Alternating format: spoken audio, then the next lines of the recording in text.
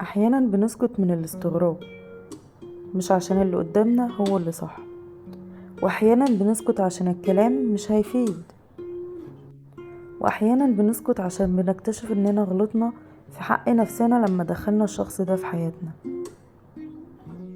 واحيانا بنسكت لما بنستغرب من الشخصية اللي بانت على حقيقتها وكنا مخدوعين فيها، واحيانا بنسكت احتراما لنفسنا. فمش كل السكوت معناه ان الطرف التاني كسبنا وقلب علينا الترابيزة، لأ، وأوقات كتير بنسكت عشان كفاية نقاش وتعامل لحد كده.